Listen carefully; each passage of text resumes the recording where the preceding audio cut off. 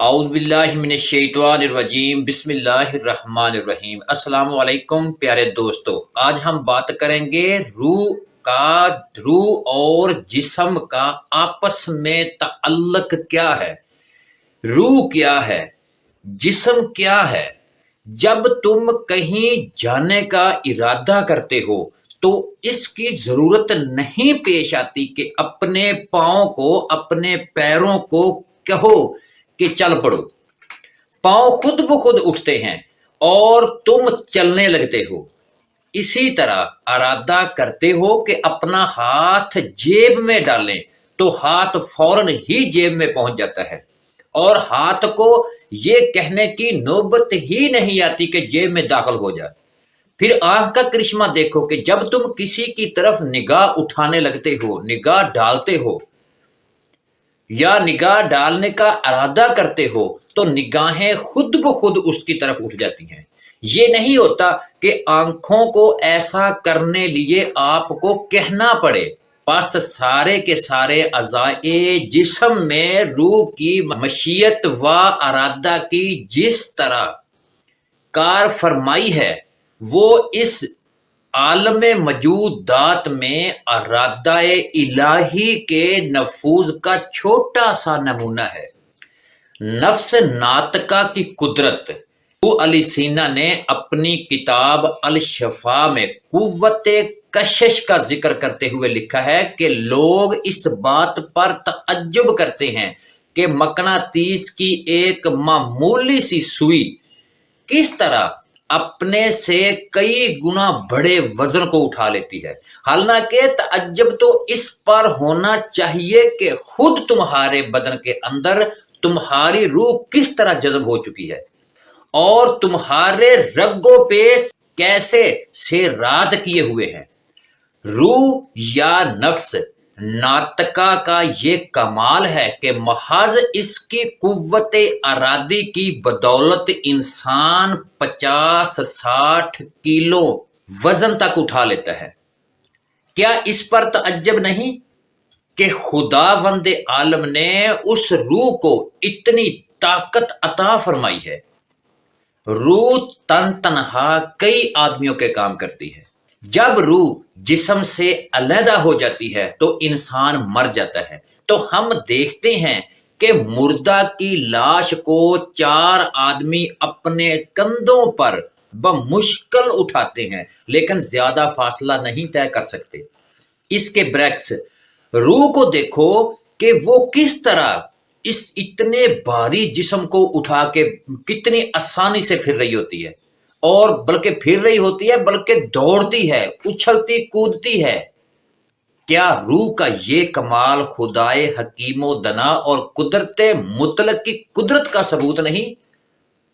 پھر تم اس پر غور کیوں نہیں کرتے؟ کہو اللہ اکبر کہ اللہ تعالیٰ نے کس طرح اس جسم کو میرے لیے مسخر کر دیا ہے۔ پس چاہیے کہ پہلے اپنی روح مجروح اور نفس ناطقہ کی ذات و حقیقت کو پہچاننے کی کوشش کرو تاکہ اپنے خالق کی معرفت حاصل ہو سکے۔ آگے بڑھنے سے پہلے میں ان دوست پیاری بہنوں اور بھائیوں کا دل سے شکریہ ادا کرتا ہوں، ان سب لوگوں کا جنہوں نے اس مشن کو اپنی دعاؤں، اپنی محبت اور اپنی مدد سے مضبوط کیا ہے۔ خاص طور پر ان لوگوں کا جو نیچے کمنٹس میں آمین کے ذریعے ہمیں سپورٹ کر رہے ہیں۔ آپ صرف ہماری حمایت نہیں بلکہ ہم سفر ہو دل، آپ کا دل سے ہم شکریہ ادا کرتے ہیں۔ یہ پیغام آپ کے دل کو جگا رہا ہے۔ اگر آپ محسوس کر رہے ہوں کہ یہ بات آپ کے لیے ہی ہے تو نیچے کمنٹ میں یا اللہ تیرا شکر ہے لکھ دیجئے۔ یہ صرف لفظ نہیں بلکہ آپ کا ایمان کا حصہ ہے کہ میں سن رہا ہوں اور میں تیار ہوں۔ اگر آپ نے ابھی تک ہمارا چینل انمول کلام سبسکرائب نہیں کیا تو ضرور کر لیجئے تاکہ آپ کوئی ایسا پیغام مس نہ کر دیں جو آپ کی روح کو قوت دے اور آپ کو راستہ دکھائے، اور یہ کوئی چھوٹا موٹا وقت ہی نہیں بلکہ ہمیشہ کے لیے آپ کی زندگی کا نیا مرحلہ ہم لے کے آئیں گے۔ بات کو آگے بڑھاتے ہیں۔ بعض جاہلوں کا کہنا ہے کہ جس چیز کو ہم اپنی آنکھوں سے نہیں دیکھ سکتے اس پر کس طرح یقین کر لیں۔ اس طرح مودین کہتے ہیں کہ انسان کے وجود میں گوشت پوشت کے سوا کچھ نہیں دکھائی دیتا، پس نفس یا روح کے وجود کو کس طرح مان لیا جائے۔ عین اسی طرح استدلال کو بنیاد بنا کر کم عقل اور کافر لوگ حقیقی یعنی حق تعالیٰ کے وجود کو بھی انکار کر بیٹھتے ہیں، تاکہ کہ جس خدا کو ہم دیکھ نہیں سکتے اس پر کس طرح ایمان لائیں۔ اس قسم کے بے شعوری کا نتیجہ ہے کہ ہر وہ چیز جسے آنکھ کے ذریعے دیکھنا ممکن نہیں اس سے انکار کر دیا جائے۔ لیکن سوال یہ ہے کہ اگر کسی چیز کا ادراک حس کے ذریعے ممکن نہ ہو، یہ حس کا نقص ہے یا اس سے یہ لازم آتا ہے کہ وہ چیز ہی موجود نہیں۔ بے شمار اشیاء ایسی ہیں کہ ان کی لطافت کے باعث آنکھ اس کو دیکھ نہیں سکتی، اس کو دیکھنے سے قاصر ہے، حالانکہ اس کا وجود ہے۔ ہوا اور برق بھی مرتی نہیں۔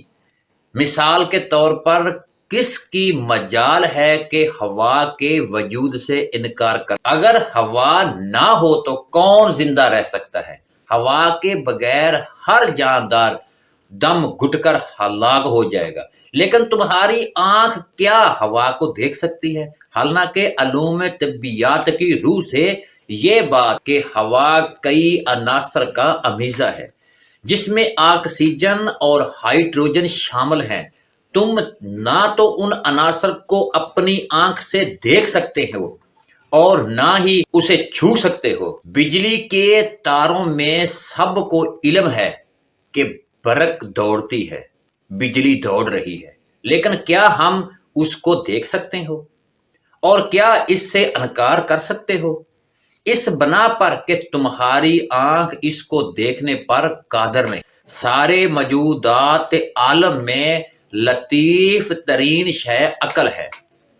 کسی کو بے عقل کہا جائے تو وہ برا مانتا ہے، لیکن یہ عقل کہاں ہے اور کس طرح اس کو دیکھا جا سکتا ہے؟ حالانکہ سب کو اس کا یقین ہے کہ عقل موجود ہے۔ حقیقت یہ ہے کہ معلول سے علت کا پتہ چلتا ہے اور آثار کے ذریعے موثر کا۔ کسی راستہ پر اگر کسی سائیکل کے ٹائر یا انسان کے پیروں کا نشان ہو، اگر ہم رستے پہ چلتے جاتے ہیں، گاڑی کا ٹائر ہو، سائیکل کا ٹائروں کا نشان ہو یا کسی انسان کے چلنے کا نشان ہو، تو تم سمجھ لیتے ہو کہ اس راستے پر سائیکل یا انسان گزرا ہوا ہے۔ روح کی دوبارہ تخلیق۔ تمہارا نفس ایک مستقل وجود رکھتا ہے، منور اور فعال، جس کی بقا اللہ تعالیٰ کے فضل و کرم اور رحمت کی تابع ہے۔ قرآن مجید میں روح کے بارے میں ارشاد ہوا ہے کہ وہ بدن سے علیحدہ چیز ہے۔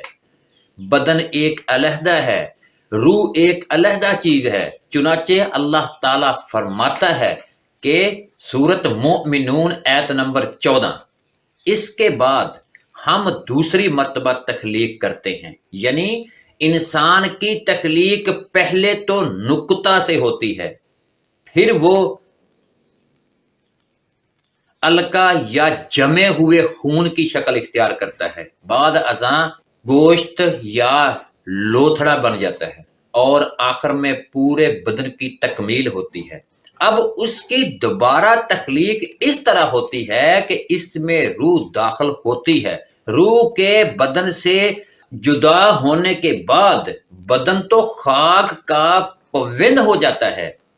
گوشت پوشت کا نام روح نہیں۔ گوشت پوشت تو مرد میں مبتلا ہو سکتا ہے، ضائع بھی ہو سکتا ہے، اور اس میں خرابی بھی پیدا ہو جاتی ہے۔ لہٰذا تجھے چاہیے کہ بدن کی اتنی فکر نہ کر، اصل فکر روح کی کرنی چاہیے، کیونکہ تیرا حقیقی وجود تو روح سے وابستہ ہے، بلکہ روح ہی اصل وجود ہے۔ یہ بدن تو روح کی سواری ہے، جیسے وہ وسیلہ کے طور پر استعمال کرتا ہے۔ اگر یہ انسانی جسم کے اندر روح ہے تو اس کا وزن پورا اٹھا کے چل رہی ہے، اپنے رستے اختیار کر رہی ہے، جہازوں پہ چڑھ رہی ہے، موٹر سائیکل چلا رہی ہے، کاریں، بسیں، ہر چیز، ہر کام کر رہی ہے۔ لیکن جب اس سے جدا ہوگی، اس جسم سے جب روح جدا ہو گئی تو یہ ایک مٹی کا ڈھیر ہے۔ قرآن مجید میں اللہ تعالیٰ بقائے روح کے مسئلے کو سمجھانے کے لیے ارشاد فرماتا ہے کہ خدا کی راہ میں مرنے والوں کو مردہ نہ کہو، وہ زندہ ہے اور اپنے پروردگار کے ہاں سے انہیں رزق ملتا ہے، لیکن تمہیں اس کا شعور نہیں۔ وَلَا تَقُولُوا لِمَن يُقْتَلُ فِي سَبِيلِ اللَّهِ أَمْوَاتٌ بَلْ أَحْيَاءٌ وَلَٰكِن لَّا تَشْعُرُونَ۔ گویا ہوتا یہ ہے کہ روح اپنے مرکب یعنی سواری کو چھوڑ کر مجرود شکل اختیار کر لیتی ہے، اور امام جعفر صادق کی تشریح کے مطابق قفس میں گرفتار شدہ یہ پرندہ قفس سے آزاد ہو جاتا ہے۔ قفس یعنی بدن تو زیر خاک چلا جاتا ہے اور دفن کر دیا جاتا ہے، تو پھر روح کہاں جاتی ہے؟ بقول شعور ہے بقائے روح۔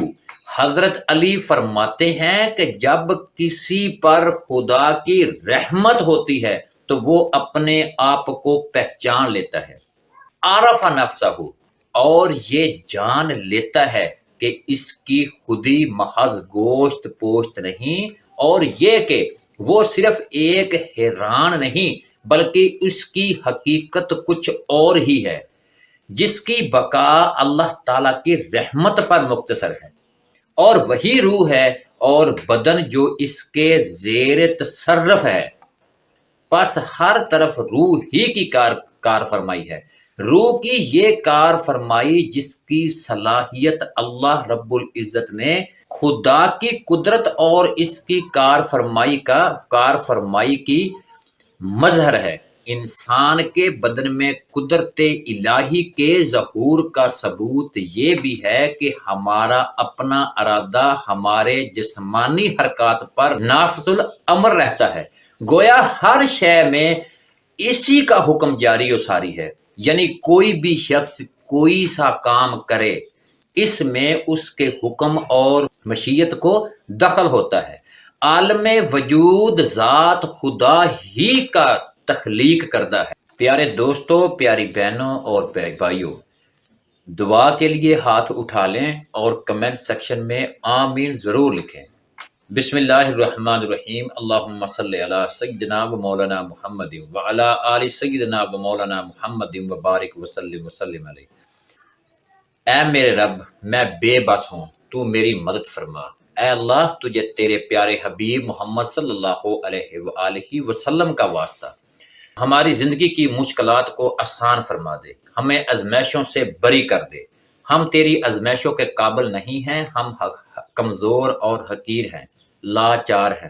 تو پوری کائنات کا خالق و مالک ہے، تو ہمیں بخش دے، ہماری زندگی کو آسان فرما دے۔ یا اللہ، روئے زمین میں جہاں بھی تیرے بندے تیرے نام لیوا تکلیف میں ہیں، ان سب پر اپنا کرم، اپنی رحمت فرما اور ان کی غیب سے مدد کر، بے شک تو علیم و خبیر ہے۔ اللہ پاک، جو بھی پریشان ہیں ان کی پریشانیاں دور فرما، جو دکھی ہیں ان کے دکھ درد دور فرما، جو بیمار ہیں ہسپتالوں میں، گھروں میں، ان کو شفائے کاملہ عاجلہ عطا فرما، جو بے روزگار ہیں ان کو حلال رزق عطا فرما، حلال روزگار عطا فرما، جو بے اولاد ہیں ان کو نیک صالح اولاد عطا فرما، جو انسان جسے چاہتا ہے ان کو ان کی چاہت عطا فرما۔ اے اللہ، ہم بے بس ہیں، تو بے بس نہیں، ہماری مدد فرما۔ یا اللہ، سب کے والدین کا سایہ سلامت رکھنا اور جن کے والدین نہیں ان کو صبر والی زندگی عطا فرما۔ ہم تیرے گناہ گار بندے ہیں، ہمیں معاف فرما، جو مانگا ہے وہ بھی عطا فرما، جو نہیں مانگا وہ بھی عطا فرما۔ یا رب العالمین آج کن فرما دے، ہمیں مایوسیوں سے نجات فرما دے، یا اللہ ہمارا نصیب کھول دے، آمین یا رب العالمین۔ وما علینا الا البلاغ المبین۔